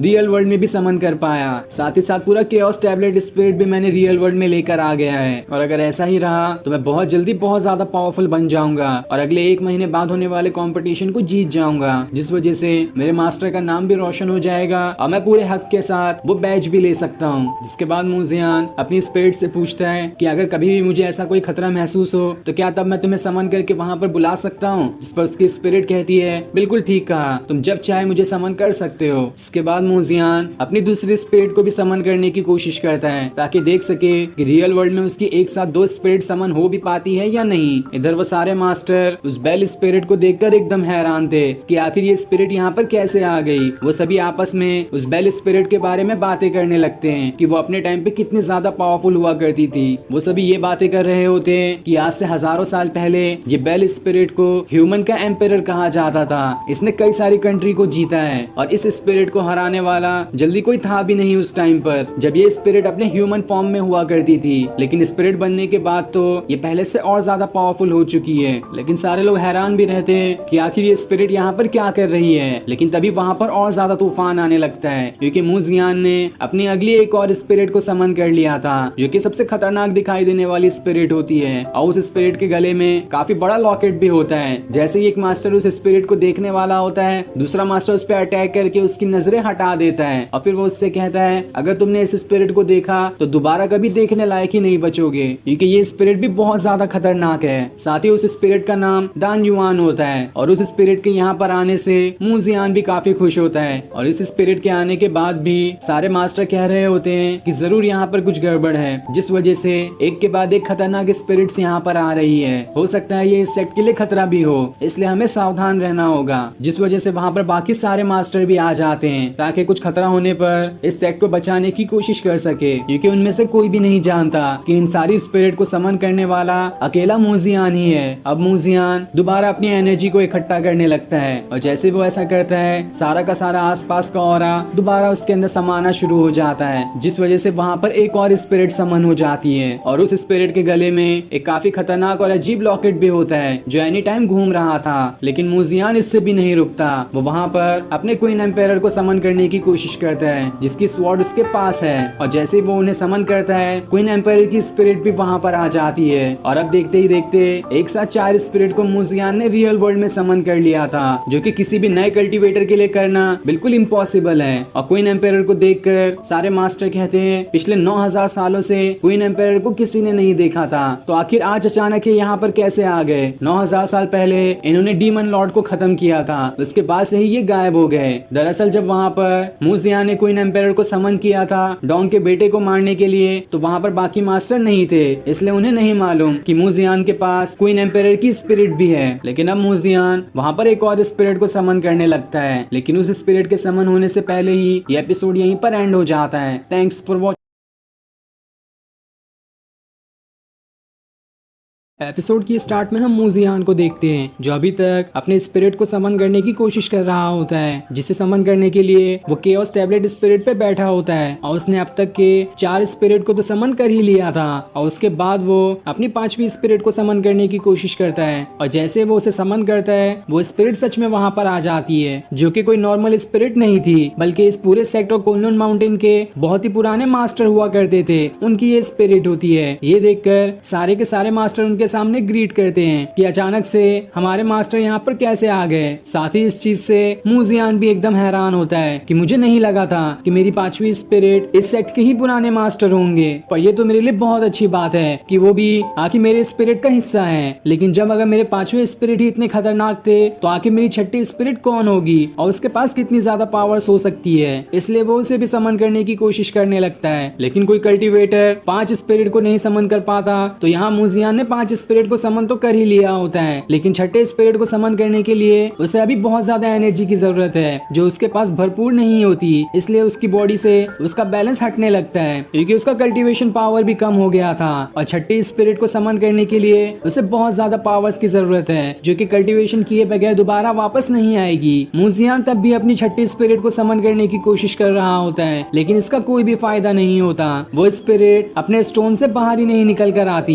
दूसरी तरफ वो सारे मास्टर ये देखकर हैरान होते हैं कि आखिर हमारे पुराने वाले मास्टर यहाँ पर कैसे आ गए। उनके आने की कोई खास वजह तो जरूर होगी, इसलिए हमें इंतजार करना चाहिए। अगर कुछ खास वजह होगी तो वो जरूर हमें इशारा करके बताएंगे। इसलिए सारे लोग उनके इशारे का इंतजार करने के लिए वहीं पर खड़े हो जाते हैं, लेकिन वो मास्टर की स्पिरिट कोई भी इशारा नहीं करती, जिस वजह से अभी के सारे मास्टर हैरान होते हैं कि आखिर ये स्पिरिट इतनी अनरिस्पॉन्सिव क्यों है। इन्होंने तो कोई इशारा तक नहीं किया। कहीं ये स्पिरिट रियल के बजाय कोई शैडो तो नहीं है जिसकी हम सिर्फ परछाई देख पा रहे हैं। इसके पीछे कुछ और ही वजह होगी जिसका हमें पता लगाना होगा। दूसरी तरफ मूजियान अपना कल्टीवेशन करते हुए और ज्यादा थक जाता है, लेकिन उसकी छठी स्पिरिट समन नहीं हुई होती। इसलिए वो अपने पांचों स्पिरिट को भी दोबारा उनके स्टोन के अंदर ही डाल देता है, ताकि जब कल्टीवेशन करने के बाद उसकी पावर्स दोबारा से पूरी हो जाएगी तो वो अपनी छठी स्पिरिट को भी बाहर निकाल लेगा। और स्टोन के अंदर जाने के बाद वो सारी की सारी स्पिरिट्स अपने स्टोन के साथ वहाँ पर से गायब हो जाती है। और इतने स्पिरिट को समन करने की वजह से मूजियान बहुत ज्यादा खुश होता है। वो खुद से कहता है, मुझे तो खुद पर यकीन ही नहीं हो रहा कि कुछ दिनों पहले मैं कितना कमजोर था, लेकिन अब मैं उतना ही ज्यादा पावरफुल बनते जा रहा हूँ। लेकिन अभी तो ये कुछ भी नहीं है, मुझे और ज्यादा पावरफुल बनना है, क्योंकि कुछ दिनों बाद ही वो मार्शल आर्ट कंपटीशन शुरू होने वाला है जिसे मुझे जीतना ही होगा, चाहे इसके लिए मुझे कुछ भी क्यों ना करना पड़े। जिसके बाद वो अपने केओस टैबलेट स्पिरिट के साथ ही वहाँ से गायब हो जाता है, जो चीज देखकर सारे मास्टर हैरान रहते हैं कि आखिर अभी ये क्या हुआ। सारी की सारी स्पिरिट यहाँ पर से कैसे गायब हो गई, आखिर ये ऐसा कैसे हो सकता है। सभी लोग ये कह रहे होते हैं कि हमें तो कुछ समझ ही नहीं आया। जब तक हम कुछ सोच समझ पाते कि आखिर इन सारी स्पिरिट के पीछे कौन है, इससे पहले ये सारी स्पिरिट्स यहाँ पर से गायब हो गई। तब उनमें से एक मास्टर कहते हैं, तुम सब ने यहाँ पर उन स्पिरिट्स को देखा, और स्पिरिट के देखे जाने की वजह से मुझे तो ये लगता है कि सारे एंसेस्टर के स्पिरिट्स हम सभी से बहुत खुश है कि हमने अपने पूरे सेट की बहुत अच्छे से देखभाल की है। इसलिए वो यहाँ पर आए थे ताकि चेक कर सके कि हमने सेट को कितना अच्छे से संभाला है। और इस चीज में जब उन्हें समझ आ गया कि हमने इस सेट को बहुत अच्छे से संभाला है तो वो वापस चले गए। साथ ही वो बाकी मास्टर से भी कहते हैं, कुछ दिनों बाद ही मार्शल आर्ट कंपटीशन शुरू होने वाला है, इसलिए अपने सारे डिसाइपल से कह दो कि अपनी प्रैक्टिस को और ज्यादा हार्ड बना ले। मैं इस बार की कंपटीशन में किसी भी तरह की कोई भी खामी नहीं रहने दूंगा। दूसरी तरफ हम किंशु को देखते हैं, जिसे अचानक से ही काफी पावरफुल ऑरा महसूस होने लगता है, और जब वो सामने देखती है तो वहाँ पर से मूजियान आ रहा होता है, क्योंकि अब उसका स्पिरिचुअल ऑरा भी बहुत ज्यादा पावरफुल बन चुका था। लेकिन तब मूजियान खुद से कहता है, इतनी स्पिरिट को समन करने की वजह से मेरी पावर्स तो बिल्कुल ही खत्म हो चुकी है, इसलिए मैं अब काफी देर तक कल्टीवेशन करूंगा और अपनी पावर को पूरी तरह से रिस्टोर कर लूंगा। जिसके बाद वो वहाँ पर बैठकर अपना कल्टीवेशन करना शुरू कर देता है, और काफी देर तक कल्टीवेशन करने के बाद उसकी एनर्जी का लेवल थोड़ा ज्यादा बढ़ जाता है। लेकिन इतना एनर्जी का लेवल बढ़ाने के लिए पहले तो उसे कई सारी मेहनत करनी पड़ती थी, और इसे 10 गुना से भी ज्यादा कल्टीवेशन करना पड़ता था, तब जाकर उसकी पावर्स इतनी बढ़ती थी। लेकिन अभी तो कुछ ही मिनट की कल्टीवेशन के बाद ही उसकी पावर्स इतनी ज्यादा बढ़ जाती है, जिस वजह से वो खुद भी हैरान और खुश होता है कि पहले तो मुझे कितनी मेहनत करनी पड़ती थी, अब तो मुझे उतनी मेहनत करनी भी नहीं पड़ती है, लेकिन तब भी मेरी कल्टीवेशन जल्दी बूस्ट होते जा रही है। और इस चीज की खुशी की वजह से वो दोबारा से वहाँ पर बैठकर अपना कल्टीवेशन करना शुरू कर देता है, ताकि उसकी एनर्जी और जल्दी जल्दी रिस्टोर हो सके। अब हम कुछ दिनों बाद का सीन देखते हैं, जहाँ पर सेक्ट के अंदर दो डिसाइपल आपस में बातें कर रहे होते हैं, जहाँ वो इस सेक्ट में किसी डेविल गेट के बारे में बातें कर रहे थे। साथ ही उनकी बातों से ये भी पता चलता है हमें कि 3 दिन बाद ही मार्शल आर्ट कंपटीशन शुरू होने वाला है, और उसकी तैयारी पूरे सेक्ट में जोरों शोरों से चल रही है। लेकिन वो दोनों ये बातें कर ही रहे होते हैं कि तभी वहाँ पर एक एल्डर एक स्नेक स्पिरिट पे खड़े होकर आ रहे होते हैं, जो कि दूसरे सेक्ट के मास्टर हैं। और वो जैसे ही सेक्ट में आते हैं, वो दोनों डिसाइपल उनके स्नेक स्पिरिट को देखकर घबरा जाते हैं। तब वो एल्डर उससे कहते हैं, तुम्हारे हेड मास्टर कहाँ है, मुझे उनसे मिलना है। तब वो दोनों डिसाइपल उनसे कहते हैं, हेड मास्टर तो हॉल के अंदर आपका इंतजार कर रहे हैं, साथ ही अभी और भी मास्टर आने वाले हैं, ताकि वो सभी 3 दिन बाद होने वाले कंपटीशन का हिस्सा बन सके। ये सुनकर वो मास्टर कहते हैं, ये तो बहुत अच्छी बात है, तो ठीक है, मैं सीधा अंदर जाकर ये हेड मास्टर से मिल लेता हूँ। जिसके बाद वो वहाँ से आगे बढ़ने लगते हैं। अब कुछ देर बाद वहाँ पर 2 और मास्टर आ रहे होते हैं, क्योंकि मार्शल आर्ट कंपटीशन में जज बनने के लिए बाकी अलग अलग सेट के भी मास्टर को लाया जाएगा, और वो दोनों मास्टर भी अपने अपने सेट के काफी ज्यादा पावरफुल मास्टर होते हैं। जिसके बाद तीनों मास्टर हॉल के अंदर आ जाते हैं। तब हेड मास्टर सभी से कहते हैं, 3 दिन बाद मार्शल आर्ट कंपटीशन शुरू होने वाला है, और उसी के लिए मैंने आपको यहाँ पर बुलाया है, आप सभी का बहुत बहुत बहुत शुक्रिया जो मेरे एक बार कहने पर ही आप जल्दी से यहाँ पर आ गए। मैं इसका एहसान कभी नहीं भूलूंगा। जिसके बाद हेडमास्टर सारे लोग को वो विजन दिखाते हैं जिसमें मूजियान ने केओस टैबलेट स्पिरिट को समन किया था। ये देखकर सारे के सारे मास्टर हैरान रह जाते हैं कि आखिर ये कौन है और किसके पास इतनी ज्यादा पावर्स आ गई जिसने इस खतरनाक केओस टैबलेट स्पिरिट को भी समन कर लिया। अगर कोई डिसाइपल इतना ज्यादा पावरफुल मेरे सेक्ट में होता तो कितनी अच्छी बात होती। तब ये सुनकर हेडमास्टर कहते हैं आप सभी को परेशान होने की जरूरत नहीं है, सारे के सारे सेक्ट बिल्कुल एक जैसे ही हैं और कभी भी अगर मुसीबत आती है तो हम सभी को एक साथ होकर उस मुसीबत का सामना करना चाहिए। इसमें हम सबकी भलाई और फायदा भी रहेगा और मेरे ऊपर जिम्मेदारी है कि मैं अपने कुनलुन माउंटेन और इस सेक्ट को संभालूं। और ये केओस टैबलेट स्पिरिट मेरी उम्मीद को और बढ़ाता है कि मैं अब आसानी से अपने सेक्ट और कुनलुन माउंटेन को और अच्छे से बचा सकता हूँ और इन्हें सारे डेविल और इवल से रोक कर रखूंगा। जिस पर सारे मास्टर कहते हैं जैसा आपने कहा हमें वो चीजें मंजूर हैं। और फिर उनके इतना कहते ही ये एपिसोड यहीं पर एंड हो जाता है। Thanks for watching.